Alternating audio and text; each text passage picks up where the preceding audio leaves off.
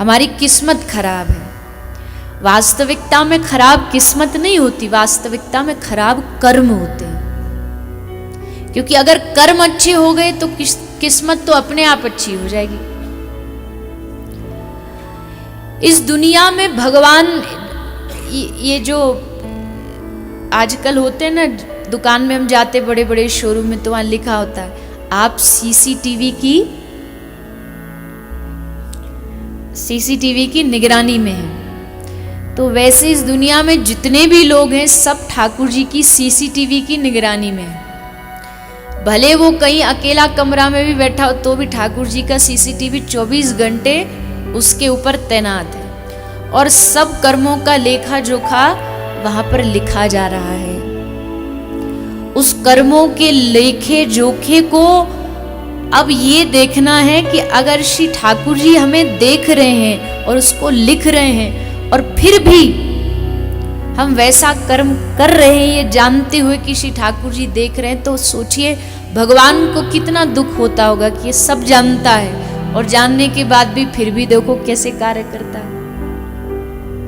अजी लोगों के पास जा रहे हैं, महाराज जी भाग्य बदलने के लिए कुछ बता दो, रेखाएं बदलने के लिए कुछ बदल दो, कुछ बता दो। जानने की आवश्यकता ही क्या है? सबसे बड़ा जो आप कर सकते हो ये है कि आप कर्म अच्छा करो।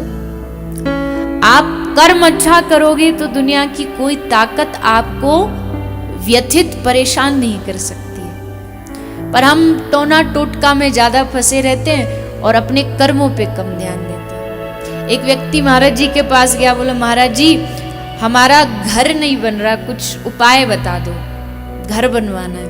तो महाराज जी बोले काम कर, एक पेड़ पे जाके घड़े को थोड़ा टेढ़ा, मतलब ऐसे सीधा नहीं लटकाना, थोड़ा सा टेढ़ा मुंह उसका करके ऐसे लटका दे।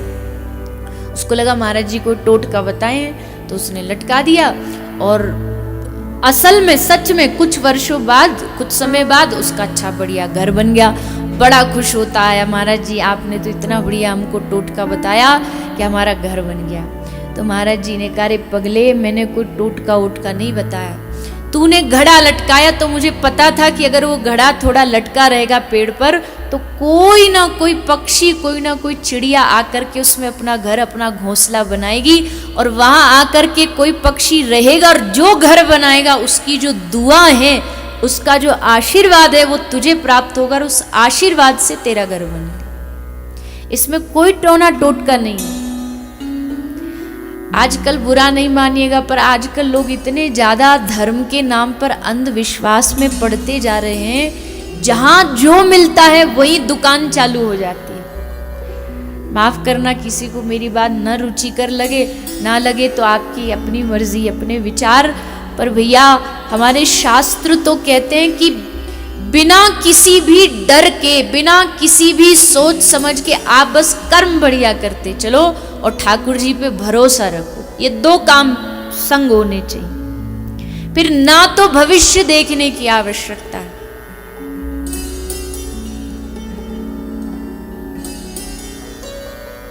अच्छा अब देखो, हम यहां सब बैठे हैं, हमको नहीं पता हमारी मृत्यु कब होने वाली है।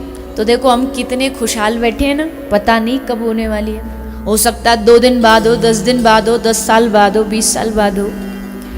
अब अगर पता होता कि 10 दिन बाद विदाई होने वाली है तो ये जो बचे 10 दिन हैं इसमें शांति और आनंद से जी पाओगे? बचे कुछ जो 10 दिन है वो और नरक बन जाएंगे। अजी हम जाने वाले, अजी हम मरने वाले। इससे बढ़िया तो जब आएगी मृत्यु तो देख लेंगे। कितनी लंबी जीवन रेखा है हमारी। पूछते तो ऐसे कि पता नहीं कितना बड़ा समाज सेवा का कार्य करके जाएंगे। बताओ कितने हमारे जीवन में। मैं कोई विरोध में नहीं हूं, ज्योतिष भगवान का एक अंग है। ज्योतिष शास्त्र, हस्तरेखा ये सब होती है, ये नहीं होती ऐसा नहीं है। शास्त्र भी हैं, भगवान का ये अंग भी है, पर जो समर्पित भाव वाला भक्त वैष्णव होगा ना उसकी इसमें रुचि नहीं होगी। उसे पता है जाही विधि राखे राम ताही विधि रहिए, महलों में राखे चाहे झोपड़ी में वास दे, धन्यवाद निर्विवाद राम राम कही। बस अब इससे आगे क्या जानना हम। जब हमारे महापुरुषों ने कह दिया कि जाही विधि राखे राम, बस बात खत्म। अब दुख दे सुख दे, दुख को सुख में बदल दो, कुछ कर दो, इस सब की फिर कोई आवश्यकता नहीं रहती। तो इसलिए कर्म बहुत आवश्यक है। अगर कर्मों पर विश्वास नहीं रखोगे तो डरते रहो। डर डर के मारे देखा नहीं लोगों के 10-10 हाथ में अलग अलग ग्रहों की अंगूठियां होती हैं, ये इस वाले की है, वो उस वाले की है। ग्रह कब आप पर असर करेंगे? ग्रह तब आप पर असर करेंगे जब आप भक्ति से दूर होंगे। लेकिन जब ग्रहों को भी पता होगा कि ये हमारे ठाकुर जी का भक्त है, तो बिगाड़ना तो छोड़ो, दूर दूर तक आपके सामने आने की हिम्मत नहीं करेंगे। बस उनको पता होना चाहिए कि हाँ ये हमारे ठाकुर जी का भक्त है, तो इससे तो भैया प्रणाम करो और आगे बढ़ो, इससे हमारा कोई झंझट नहीं। तो ये समझदारी कोई गुरु कृपा से ही मिलती है, अन्यथा तो लोग बस ऐसे ही अंधश्रद्धा में, अंधविश्वास में भटकते ही रहते। कर्मों पर विश्वास करिए। कर्म तो इतने प्रबल होते हैं कि इस जन्म में नहीं, कितने जन्मों तक हमारे संग चलेंगे ये हम कोई बता नहीं सकता। दादा भीष्म की कथा आती है कि दादा भीष्म कहते 50 साल तक तो हमने कुछ बुरा नहीं किया, तो प्रभु ये सैया पर क्यों पड़े हैं हम? भगवान ने कहा 50 तो देख लिए, पर 50 से अगला 51वां देखा आपने? बोले नहीं, वहां तक तो दृष्टि गई नहीं। बोले 51वें पिछले जन्म में आपने एक कीड़ी को लेकर के कांटे पर डाल दिया था, वही कर्म आज आपका सामने आया कि आपको इस बाणों की सैया पर।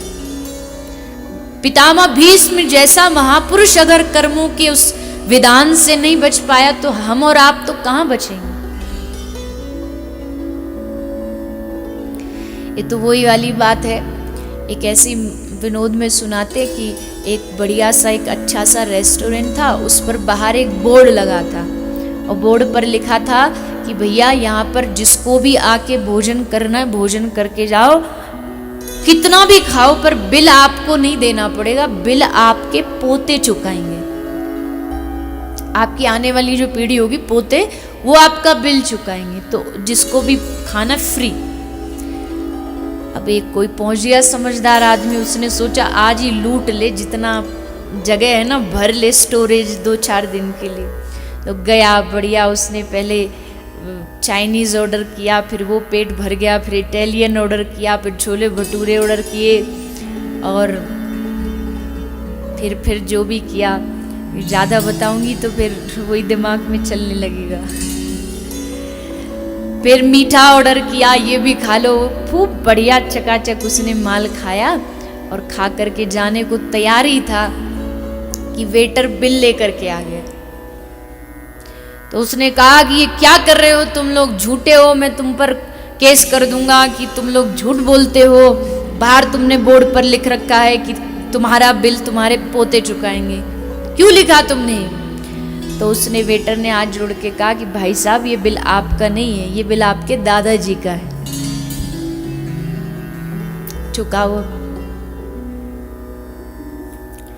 कितना भी बचने की कोशिश करो, जो खाओगे बिल तो तुमको ही चुकाना पड़ेगा, बिल कोई और नहीं चुकाता। तुम्हारे जो कर्म हैं उसका परिणाम तुमको ही भोगना पड़ेगा, कोई और नहीं भोगेगा।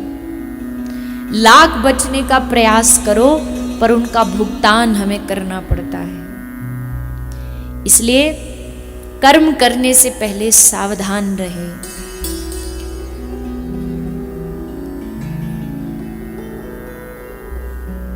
ये कर्मों की जो रीत है, ये भगवान ने खूब अनेकों बार श्रीमद् भागवत जी में ब्रजवासियों को समझाई। जब ब्रजवासी कहते कि इंद्र हमारा अन्नदाता है, इंद्र ने हमको जीवन दिया है, भगवान ने कहा कर्म ना जायते जंतु कर्म नैव विलीयते, सुखम दुखम भयम क्षेमम कर्म नैवाभिपद्यते।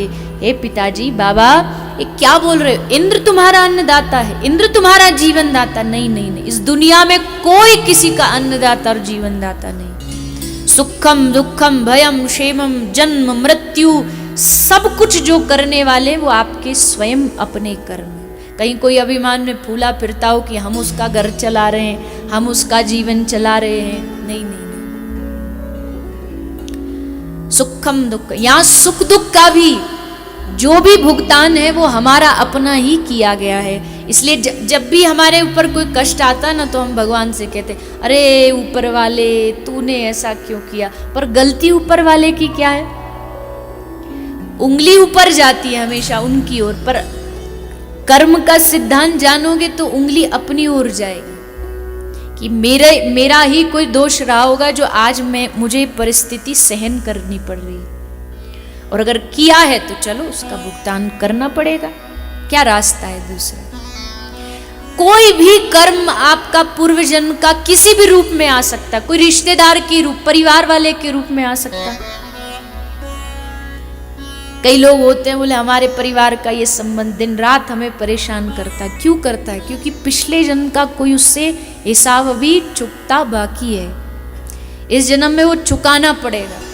ये रिश्ते तो वह बन गए हैं कि ये इसका चाचा, ये इसका पिता, ये इसका पुत्र, ये इसका भाई, ये सब बन गए, पर असल में सबका पिछले जन्म का हिसाब खाता चल रहा है। तो पिछला तो चलो जो है वो भोगना पड़ेगा, पर इस जन्म में भी ऐसा करके कि आगे के वो जन्म में न भोगना पड़े, इसलिए कर्म का विशेष ध्यान रखें।